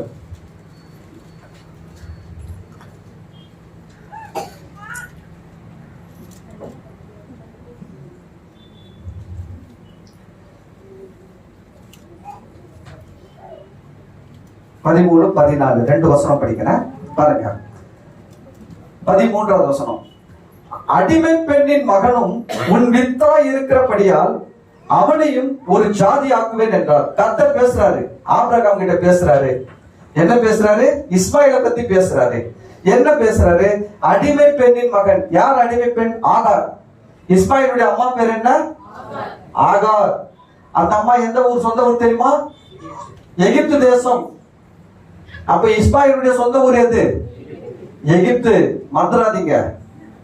ஆமா, இஸ்மாயிலுடைய சொந்த ஊர் எகிப்து, ஆகாருடைய சொந்த ஊர் எகிப்து. அந்த எகிப்து தேசத்தை சேர்ந்த அடிமை பெண் ஆகாரின் மகன் சொல்றாரு, இஸ்மாயில சொல்றாரு, அடிமை பெண்ணின் மகனும் உன்வித்தா இருக்கிறபடினால், எப்படியோ உன் பிள்ளைய ஆயிட்டாம, ஆனா நான் கொடுக்கல, நீ ஏன் என்னமோ பண்ணி தொலைச்ச, பிறந்துட்டு ஆகணும், அவன் சரி உன் பையனா இருக்கிறபடினால் அவனையும் ஒரு ஜாதியாக்குவேன். அவனையும் ஒரு ஜாதியாக்குன்னா அவனையும் ஒரு தேசமாக்குவேன், அவனையும் ஒரு தேசமாக்குவேன், ஒரு நாடாக மாற்றுவேன் சொல்லிட்டு சொல்றாரு. 14வது வசனத்துல ஆபிரகாம் அதிகாலையில் எழுந்து, ஹலோ ஆபிரகாம் அதிகாலையில, இப்ப அதிகாலையில எழுந்திருக்கிற பழக்கம் நல்ல பழக்கம் சொல்றாங்க. உலகத்துல ரட்சிக்கப்படாதவெல்லாம் போடுறாங்க. நான் பாக்குறேன் காலையில எழுந்திருக்கிறது மனுஷனுடைய உடம்புக்கு மனதுக்கு ரொம்ப நல்லதுன்ட்டு. அப்ப காலையில எழுந்திருச்சு ஜெபம் பண்றது நல்லது. அதிகாலையில் எழுந்து அப்பத்தையும் ஒரு துருத்தி தண்ணீரையும் எடுத்து ஆகாருடைய தோளின் மேல் வைத்து பிள்ளையையும் ஒப்பு கொடுத்து, என்ன நடக்குதுன்னா காலையில எழுந்திருச்சாரு, கொஞ்சம் ரொட்டி செஞ்சாரு, அப்போ போகும்போது சாப்பிடணும்ல, எங்கேயோ அனுப்புறாரு. யார? ஆகாரையும் இஸ்மாயிலையும் அனுப்புறாரு. அனுப்பும் பொழுது ரொட்டி செஞ்சு கொஞ்சம் அந்த தண்ணி போற வழி தாக எடுக்கும், குடிக்கிறது தண்ணி வாட்டர் கேன் எல்லாம் ரெடி பண்ணிட்டாரு. சாப்பாடுக்கு முட்டை தண்ணி கேனு ரெடி பண்ணி கையில கொடுத்து என்ன சொல்லிட்டாரு, அவளை அனுப்பி விட்டான். அனுப்பி விட்டான்னா என்னது? கையெழுத்து கொண்டு நீ போய் தொலைமா, வேணவே வேணாம். என்னாச்சு தெரியுங்களா பிரச்சனை? ஆண்டவர் சொன்னபடியா ஆபிரகாம் 100 வயது, சாராளுக்கு 90 வயது இருக்கும் பொழுது ஈசாக்கு பிறக்கிறார். ஈசாக்கு பிறந்த பிறகு ஈசாக்கு பால் மறந்த பொழுது அதை ஒரு ஃபங்க்ஷன் மாதிரி வச்சு கொண்டாடுறாங்க. நம்ம ஊர்ல ஃபர்ஸ்ட் வருஷம் முதல் வருஷம் வந்தா நம்ம ஒரு ஃபங்க்ஷன் வைக்கிறோம்ல, நோட்டீஸ் எல்லாம் போட்டு பிறந்த நாள் எல்லாருக்கும் எடுத்து போய் வச்சு ஒரு வசூல் பண்ணி நம்ம ஆளுங்க வீட்டுல ஃபங்க்ஷன் கொண்டாடுறது ஒரு வசூல் வேட்டைக்காக தான். அதெல்லாம் அந்த காலம். இந்த காலத்துல பாருங்க, நான் அதுதான் சொல்றேன், போனீங்கன்னா மரியாதையா எல்லாம் மொய்கி வச்சுட்டு சாப்பிட்டு வாங்க. மொய் வைக்காம சாப்பிட்டு வந்தீங்கன்னா உங்க மானம் கப்பலேறிடுவாங்க. அது பாருங்க, வசூல நீங்க அப்படி ஆயிடுச்சு. அந்த காலத்துல அப்படி இல்லை. அங்க வந்து நல்லா, அது வேற காலம், இது வேற காலம். அப்போ அங்க ஒரு ஃபங்க்ஷன் பண்றாங்க. ஈசாக்கு பால் மறந்துட்டாரு, ஓகே ஃபங்க்ஷன் அப்படின்னா இந்த இஸ்மாயில் பாருங்க, ஈசாக்கு பிறக்கும் போது இஸ்மாயிலுக்கு கிட்டத்தட்ட பாத்தீங்கன்னா 85 வயசுல ஆபிரகாமுக்கு பிறந்தாரு. ஈசாக்கு 100 வயசுல பிறக்கிறாரு. அப்போ 15 வயசு இஸ்மாயிலுக்கு இருக்குது. இப்போ ஈசாக்கு பால் மறக்கிறாரு. அது ஒரு தெரியல, நமக்கு 2 வயசா இருக்கலாம், 3 வயசா இருக்கலாம், ஒரு 3 வயசுன்னு வச்சுங்க. அப்போ இவர் இஸ்மாயிலுக்கு 18 வயசு. 18 வயசு பையன் 3 வயசு பையனை போய் தலையில கொட்டுறது, கிண்டல் பண்றது, கேலி பண்றது, ஒரே அமங்கலம் பண்ணிருக்கிறாரு. இத பார்த்த சாரலாமாக்கு கோபம் வந்துடுச்சு. யாருக்கும் கோபம் வரும்? ஒரே தாய்க்கு 2 பிள்ளைகள் பிறந்தா ஒரு பிள்ளைக்கு ஒரு 15 வயசு டிஃபரெண்ட் இன்னொரு பிள்ளை பிறந்ததுன்னு வச்சுங்களேன், அந்த பெரிய பையன் தம்பி கிட்ட விளையாடும் போது ஒரு சின்னதா அடிச்சுட்டா கூட தாய்க்கு புஷு கோவம் வந்துடும். நீ எவ்வளவு பெரிய பையன், அவன் எவ்வளவு சின்ன பையன், அவனை அடிக்கிற, திட்டுற, அவனுக்கு என்ன தெரியும், கொள்ற. இதெல்லாம் நான் பார்த்துருக்கிறேன். ரொம்ப கோபம் வந்துடும். அப்போ இங்க நிறைய பிரச்சனை. அந்த பையனுக்கு அம்மா வேற, இந்த குட்டி பையனுக்கு அம்மா வேற. அந்த அம்மா ஒரு வாடகை தாய் தான், இந்த அம்மா ஒரிஜினல் தாய். எவ்வளவு இருக்குது. இந்த பையன் கொஞ்சம் பொறுமையா இருந்திருக்கலாம். இந்த பையன் 18 வயசு பையன் வச்சு புத்தி இல்லை. சிலதுங்களுக்கு 18 ஆனா கூட புத்தி இருக்க மாட்டேங்குது. எப்படி நடந்துக்கணும், என்ன பண்ணணும், எதை செய்யணும். சரி, நம்ம அப்பா அம்மா சொல்றாங்க இது வேணாம், இது செய்யக்கூடாது, பிடிக்கலன்றாங்க, சரி விட்டுடுவோம், செய்யக்கூடாதுலாம் கிடையாது. வேணும்ட்டு அதை தான் செய்யறது. டேய் தம்பியை அடிக்காதனா அவனதான் போய் அடிக்கிறது, எட்டி விடுது.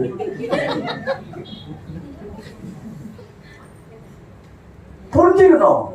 இதெல்லாம் வந்து என்னன்னா நம்ம வயசுக்கு ஏற்ற மாதிரி நம்ம நடந்துக்கணும். உடனே சண்டை போடக்கூடாது. என்ன நீ நேசிக்கல, நான் உனக்கு பிள்ளையா இல்லையா, இப்போ முடிவு பண்ண, நான் இப்பவே போயிடுறேன். அப்படிலாம் இருக்கக்கூடாது. அது இயற்கை தான். நீங்களும் ஒரு 40 வயசு 45 வயசுல வரும்போது உங்களுக்கும் பாருங்க, அது மேல பிள்ளைகள் இருக்கும்போது குட்டி பிள்ளைகள் மேல எல்லாருக்கும் கொஞ்சம் பாசம் அதிகமா இருக்கும். என்னன்னா இப்ப என்ன இதெல்லாம் நான் வந்து சொல்ல கேட்டுங்க. ஒரு பையன் 18 வயசு ஆகிட்ட பிறகு 15 வயசு 18 வயசு ஆகும்போது அங்க அந்த பெற்றோர்கள் என்ன நினைக்கிறாங்கன்னா, இந்த பையன் வளர்ந்துட்டான், இவனால இவனுக்கு புத்தி எல்லாம் பெருசாயிடுச்சு. 18 வயசுல பாத்தீங்கன்னா அவன் +2 முடிச்சிருப்பான், +2 வரைக்கும் படிச்சிருக்கான், புத்தி இருக்குது, எல்லாம் இருக்குது, அதுக்கேற்ற மாதிரி எதிர்பார்க்கிறாங்க. அப்போ ஆனா அந்த 18 வயசு பையனுக்கு வந்து என்னன்னா, தம்பிக்கு 15 வயசு சின்னதா இருந்தா கூட அவனை பொறுத்தவரை அவன் ஈக்குவலா அவன் ஃபீல் பண்றான். இவங்க அப்பா அம்மா நினைக்கிற மாதிரி அந்த ஏஜ் டிஃபரெண்ட் அவன் ஃபீல் பண்ணல. அவனை பொறுத்தவரையிலையும் இது வந்து 2-3 வயசு கம்மி மாதிரி தான். அதை ஃபீல் பண்ணி அது கூட சண்டை போடுறது, அது கூட போட்டி போடுறது, அது கூட புடுங்குறது, புடுங்க மாட்டேன்னு சொல்றது எல்லாம் நடக்கிறது என்னன்னா அங்கதான். இவங்களுக்கு அந்த மெச்சூரிட்டி வரல. அப்பா அம்மா கொஞ்சம் புரிஞ்சுக்கணும், நம்ம பிள்ளைக்கு 18 வயசு ஆயிட்டா கூட இதுக்கு இன்னும் அந்த மெச்சூரிட்டி வரலன்ட்டு. இதனாலதான் பிரச்சனை. வீட்டுல, சொந்த வீட்டுல, ஒரே அப்பா அம்மாவுக்கு வீட்டுல பிள்ளைகளுக்கு நடக்குது. நான் பார்த்துட்டு வந்திருக்கிறேன். நான் என் ஃப்ரெண்டு ஒருத்தன் தான், ரொம்ப வருத்தப்படுவான், எப்ப பார்த்தாலும் அப்படியே சோகத்திலே இருப்பான். என்னடான்னா, எங்க அம்மா அப்பா என்னை நேசிக்க மாட்டேன்றாங்க, என் தம்பியை தான் நேசிக்கிறாங்க. அவனுக்கும் இதே மாதிரி ஒரு 18 வயசு டிஃபரெண்ட். எதுவா எங்க அப்பா வாங்கி வந்து அவனுக்கு தான் தராரு, எனக்கு தர மாட்டேன்றாரு. அவனை தான் எல்லா இடத்துக்கும் கூட்டு போறாரு, என்ன கூட்டு போக மாட்டேன்றாரு. எங்களுக்கும் அப்புறம் புரியல. நானும் சொல்றேன், பாப்பா சரியில்லை, ஒரு நாள் கவனிச்சிடலாம். அவரே அவர் ஒரு நாள் கவனிச்சிடலாம், இரு. ஆனா நாட்கள் ஆகும்போது தான் தெரியுது. ஏன்னா மனுஷனுடைய மனநிலை. இதே பிரச்சனை தான் எங்க வந்துச்சு? ஆபிரகாம் குடும்பத்துல. இந்த பிரச்சனை சாதாரணமா முடியாதுங்க. நான் சொல்ற கேளுங்க, இது மாதிரி பிரச்சனை வந்தா பெற்றோர்கள் வந்து அந்த பெரிய பிள்ளைகளை உட்கார வச்சு பேசி புரிய வைங்க. பெரிய பிள்ளைகளுக்கு புரியலன்னா புரிய வைங்க.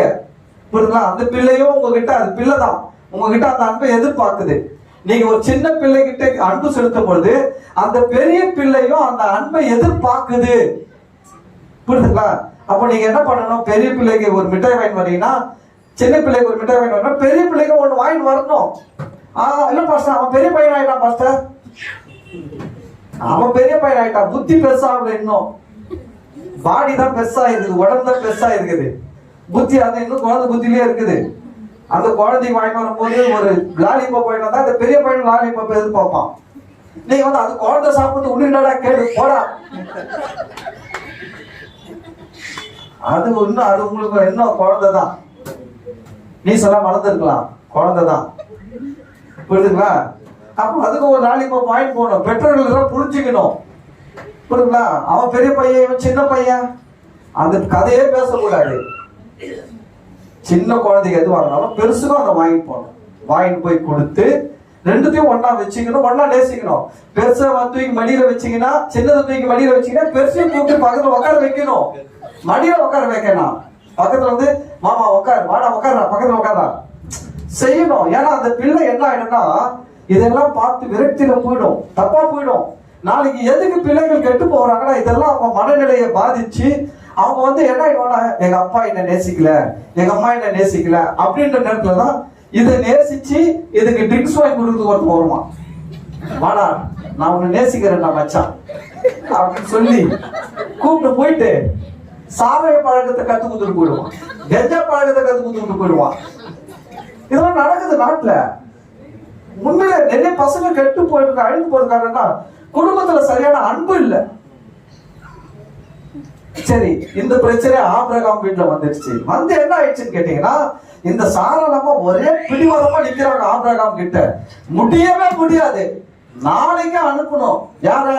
இஸ்மாயிலையும் ஆகாரையும் வீட்டை விட்டு வெளியில அனுப்பணும். ஆபிரகாமுக்கு நைட்டெல்லாம் தூக்கல. என்னத்த பண்றது? 2 மனைவி இருந்தா இதான் பிரச்சனை. நான் பார்த்துருக்கிறேன், 2 மனைவி வச்சு வாழ்ந்துக்குள்ள நான் பார்த்துக்கிறேன். இந்த வீட்டுல இருந்து அந்த வீட்டுல போய் நிம்மதியா இருக்க முடியாது.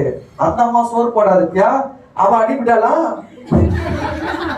அவ போட மாட்டேன்ட்டானா, இங்க வந்து உட்காந்து இருக்கிற அப்படின்னு அந்த அம்மா சோறு போடாது. சரி, இந்த அம்மா தான் சோறு போட, ஏன் அவன் விட கவனிக்கலையா? டிவி வாங்கி கொடுக்கும் போது மட்டும் நல்லா பிரியாணி வாங்கி கொடுத்தால, ஏன் இப்ப விட்டுட்டால? இவர் எங்கேயும் போக முடியாது. ஆமா, 2 பக்கம் அடி. இப்ப இந்த நிலைமை தான் ஆபிரகாமுக்கும். 2 பக்கம் அடி. ஆகார பாக்குதா, இஸ்மாயில பாக்குதா, சாரால பாக்குதா, ஈசாக்க பாக்குதா, 2 பக்கம் ஒரே பிரச்சனை. இந்த சாதாரணமா சொல்லிட்டாங்க, அவ போறாளா இல்ல நான் போட்டா வெளியில, வேற வழியே கிடையாது. சரி, அடிமை பெண்ணை கூப்பிட்டு, அம்மா கொஞ்சம் ரொட்டி தரேன், சாப்பாடு தரேன், தண்ணி தரேன், எங்கன்னா போய் பழச்சிக்கோ, கர்த்தர் இருக்கிறாருன்னு சொல்லிட்டு ஆபிரகாம் அனுப்புனாரு, வெளியில அனுப்புறாரு. அப்படி அனுப்புறதான் நம்ம படிச்சோம். அந்த 13வது வசனத்துல அப்படி சூழ்நிலை வரும்போதுதான் கர்த்தர் பேசுற பாருங்க, அந்த சூழ்நிலையில ஆண்டவர் வந்து பேசுறாரு பாருங்க. ஆபிரகாமுக்கு இக்கட்டான சூழ்நிலை, கர்த்தர் பேசுறார். அடிமை பெண்ணின் மகனும் உன்வித்தா இருக்கிறபடியால் அவனையும் ஒரு ஜாதியாக்குவேன் சொல்றார். நீ பயப்படாத ஆபிரகாம், நீ அனுப்புறேன் கவலைப்படாத, நான் கூட இருக்கிறேன், நான் காப்பாத்துறேன், நான் ஆசீர்வதிக்கிறேன். ஹல்லேலூயா. கர்த்தர் எவ்வளவு நல்லவர் பாருங்க. நம்ம ஆண்டவர் மாதிரி ஒரு நல்ல தெய்வத்தை உலகத்திலேயே பார்க்க முடியாது. ஆமென். ஒரு காலம் நல்லா கை தட்டுங்க.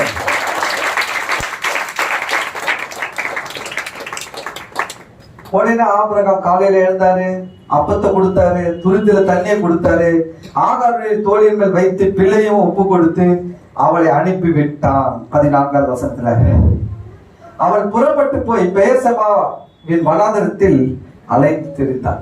நீங்க அதுக்கு கீழே படிச்சீங்கன்னா என்ன ஆயிடுச்சுன்னா, இஸ்மாயில் கல்யாணம் பண்ணிடுறாங்க. இந்த அதிகாரத்திலே நீங்க கீழே பாருங்க, 21வது வசனம் 21வது வசனம் பாருங்க. இப்ப 14வது வசனத்துல அனுப்பி ஆயிடுச்சு. 21வது வசனத்துல பாத்தீங்கன்னா, அவன் பாரான் வனாந்தரத்திலே குடியிருக்கையில், யாரே இஸ்மாயில் பாரான் வனாந்தரத்துல குடியிருக்கையில் அவனுடைய தாய் எகிப்து தேசத்தாலாகிய ஒரு பெண்ணை அவனுக்கு விவாகம் பண்ணிவித்தாள். இஸ்மாயிலுக்கு கல்யாணம் பண்ணிட்டாங்க. இஸ்மாயில் அதுக்கு அந்த ஏஜ்ல இருந்து இருக்கிறாரு. புரியுதுங்களா? சரி பாருங்க, இப்ப இஸ்மாயிலுக்கு என்ன கிடைச்சது? ஆசீர்வாதம். என்ன ஆசீர்வாதம்? ஒரு அப்பமும் தண்ணியும் தான் ஆசீர்வாதம் ஆபிரகாம் கிட்ட இருந்தது. ஆனா ஈசாக்குக்கு அப்படி கொடுக்க முடியாது. ஈசாக்குக்கு எல்லாமே ஈசாக்குக்கு தான் சொந்தம். ஆபிரகாமுக்கு உரியதெல்லாம் யாருக்கு தான் சொந்தம்? ஈசாக்கு தான் சொந்தம். இந்த உலகத்தில நான் சொல்றேன் கேளுங்க, யூதர்களை விட கிறிஸ்தவர்கள் தேவனுடைய பார்வையில ஈசாக்கை போல இருக்கிறார்கள். யூதர்கள் தேவனுடைய பார்வையில இஸ்மாயில் மாதிரி, அவங்களுக்கு ஆசீர்வாதம் தான். ஆனா கிறிஸ்தவர்களுக்கு அப்படி கிடையாது. கவனிங்க, உடன்படிக்கை, அதுவும் அவருடைய ஒரே குமாரனாகிய இயேசு கிறிஸ்துவின் மூலமான உடன்படிக்கை, திருத்துவ தேவனின் ஒரு தெய்வமாகிய இயேசு கிறிஸ்துவின் ரத்தத்தினாலாகிய முதல் உடன்படிக்கை. நமக்கு வந்து ஆசீர்வாதம் கிடையாது, அதற்கும் மேலான உடன்படிக்கை. அது மட்டும் கிடையாது. ஆபிரகாம் அவருடைய வாழ்க்கையில் இன்னும் கொஞ்சம் நடந்துச்சு. படிக்கிறார் 25:1. சாராள் 127 வயசுல 123 வயசுல மரிக்கிறாங்க. ஆதியாகமம் 23 பாருங்க. சாராள் 127 வருஷம் உயிரோடு இருந்தாங்க. 1 to 7 சாராள் மரிச்சிறாங்க. 25வது அதிகாரத்துல பாத்தீங்கன்னா ஆபிரகாம் என்ன பண்றாருன்னா, ஆபிரகாம் கேத்துராள் என்னும் பேர் கொண்ட ஒரு ஸ்திரியையும் விவாகம் பண்ணி இருந்தான். ஹலோ, ஏற்கனவே ஆகாரு, சாராள் 1 ஃபர்ஸ்ட், ஆகார் 2, இப்போ கேத்துராள். ஆகார் மூலமா வந்தது இஸ்மாயில் சந்ததி. ஆபிரகாம் ஆகார் மூலம் வந்தது இஸ்மாயில் ஜெனரேஷன். இந்த கேத்துராள் மூலம் வந்தது என்னன்னு கேட்டீங்கன்னா, அந்த சைடுல இருக்கிற அரபு தேசம் எல்லாமே இந்த கேத்துராள் மூலம் வந்த சந்ததின்னு சொல்றாங்க. அந்த சைடுல இருக்கிறாங்க பாத்தீங்களா, அரபியர்கள். இந்த அரபியர்கள் ஏன் ஆசீர்வாதமா இருக்கிறாங்க தெரியுங்களா? அதுவும் ஆபிரகாமுடைய சந்ததி. அந்த சந்ததிக்கு ஆபிரகாமுடைய ஆசீர்வாதம் இருந்தது. பாருங்க, ஆபிரகாம் கேத்துராள் என்னும் பேர் கொண்ட ஒரு ஸ்திரியையும் விவாகம் பண்ணி இருந்தான். அவன் அவனுக்கு சிம்ரானையும் யக்ஷானையும் மேதானையும் மீதியானையும் இஸ்பாக்கையும் சுவாகையும் பெற்றாள். அடுத்தது 3, 4, 5 வரைக்கும் படிக்கிறேன். யக்ஷான் சேபாவையும் தேதானையும் பெற்றான். தேதானுடைய குமாரர் அசுரிம், லெத்துசிம், லெயுமிம் என்பவர்கள். மீதியானுடைய குமாரர் எப்பா, எப்பேர், ஆனோக்கு, அபினா, எல்தாகா என்பவர்கள். இவர்கள் எல்லாரும் கேத்துராளின் பிள்ளைகள். பாருங்க, 100 வயசுல குழந்தை பிறக்குமான்னு கேட்டாரு. 127 வயசு யாருக்கு? சாராள். இப்ப இவருக்கு எப்போ? 137, 10 வயசு அதிகம். 130 வயசுல கேத்துராள கல்யாணம் பண்ணி குழந்தை பிறந்தது. ஏன்னா கர்த்தருடைய ஆசீர்வாதம். நான் சொல்றேன், கர்த்தருடைய ஆசீர்வாதம் சாவுக்கு ஏதுவான சரீரங்களை உயிர்ப்பிக்கக்கூடிய வல்லமை உள்ளதா இருக்கிறது. நீங்க நினைக்காதீங்க உங்க சரீரம் வயசாயிடுச்சு, எலும்பு வீக் ஆயிடுச்சு, நரம்பு வீக் ஆயிடுச்சு நினைக்காதீங்க. கர்த்தருடைய ஆசீர்வாதம், கர்த்தருடைய பலன் உங்களை திரும்பவும் புதுப்பிக்க கூடியது. நம்ம ஆண்டு பிள்ளைகள் எல்லாம் படிக்கும் போது நம்மளுக்கு ஒரு எண்ணம் வரும், அவரு 100 வயசுல முடியாதுன்னாரு, கர்த்தருடைய ஆசீர்வாதம் வந்தா 130 வயசுல கல்யாணம் பண்ணி இத்தனை பிள்ளைங்க பாருங்க. நான் இதை படிக்கும் போது அவர் தப்பா நினைக்கல. அப்ப அந்த சரீரத்துல கர்த்தருடைய பலன் எவ்வளவு வேலை செய்து பாருங்க, எவ்வளவு ஸ்ட்ரென்த் வந்து இருக்குது பாருங்க. நம்ம நான் கெட்டதுக்கு கேட்கல, நல்லதுக்கு கேட்கிறோம். ஆண்டவரே கொஞ்ச நாள் ஆயுசு நாட்கள் தாங்க, பலத்தை தாங்க, ஊழியம் செய்யணும், உமக்காக ஓடணும், உமக்காக உழைக்கணும், உங்க ராஜ்யத்தை விரிவுபடுத்தணும். கர்த்தருடைய பலன் நம்ம சரீரத்தில் அவ்வளவு ஸ்ட்ராங்கா இருக்கும். புரியுதுங்களா? சரி, அப்புறம் பாருங்க 5வது வசனம். ஆபிரகாம் தனக்கு உண்டான 4, இவர்கள் எல்லாரும் கேத்துராலின் பிள்ளைகள். ஆபிரகாம் தனக்கு உண்டானவை யாவையும் ஈசாக்குக்கு கொடுத்தான். என்ன பண்ணாரா? ஈசாக்குக்கு. இதுதான் உடன்படிக்கை. உடன்படிக்கையில ஆபிரகாமுக்கு உண்டானது எல்லாம் யாருக்கு வந்துருச்சு? ஈசாக்குக்கு. ஆனா உடன்படிக்கை இல்லாதவங்களுக்கு என்ன வந்ததுன்னு கேட்டீங்கன்னா கீழே பாருங்க. அடுத்தது, ஆபிரகாமுக்கு இருந்த மறுமையாட்டிகளின் பிள்ளைகளுக்கோ ஆபிரகாம் நன்கொடைகளை கொடுத்து தான் உயிரோடு இருக்கும் போதே அவர்களை தன் குமாரனாகிய ஈசாக்கை விட்டு கிழக்க போக கீழ் தேசத்துக்கு அனுப்பிவிட்டான். இஸ்மாயிலுக்கு ரொட்டி தண்ணி, மற்ற பிள்ளைகளுக்கு நன்கொடை, ஆனா ஈசாக்குக்கு எல்லாம். அப்போ டைம் இல்ல, நானு கலாத்தியர் 4வது அதிகாரத்தை 22 வீட்டுல படிங்க, படிச்சு பாருங்க. அங்க சொல்றது பவுல் சொல்றாரு, இயேசு கிறிஸ்துவை ஏற்றுக்கொண்ட நாம் தேவனுக்கு முன்னாடி ஈசாக்கை போல இருக்கிறோம். இயேசுவை ஏற்றுக்கொண்ட நாம் தேவனுடைய பார்வையில் எப்படி இருக்கிறோமா? ஈசாக்கை போல இருக்கிறோமா? யூதர்கள், மற்ற ஜனங்கள்லாம் இயேசுவை ஏற்றுக்கொள்ளாமல் தேவனை ஆராதிக்கிறவர்கள், தேவனை வணங்குகிறவர்கள் தேவனுடைய பார்வையில் எப்படி இருக்கிறாங்களா? இஸ்மாயில் போல இருக்கிறாங்களா? அவங்களுக்கு என்ன கொடுக்கிறாராம்? தேவன் ஆசீர்வாதத்தை கொடுக்கிறார். ஏன்னா அவங்க உடன்படிக்கையில் இல்லை. ஆனா இயேசு கிறிஸ்துவை ஏற்றுக்கொண்ட நாம உடன்படிக்கையில் இருக்கிறதுனால அவருக்கு உண்டானது யாவற்றையும் நமக்கு கொடுத்திருக்கிறார். அல்லேலூயா.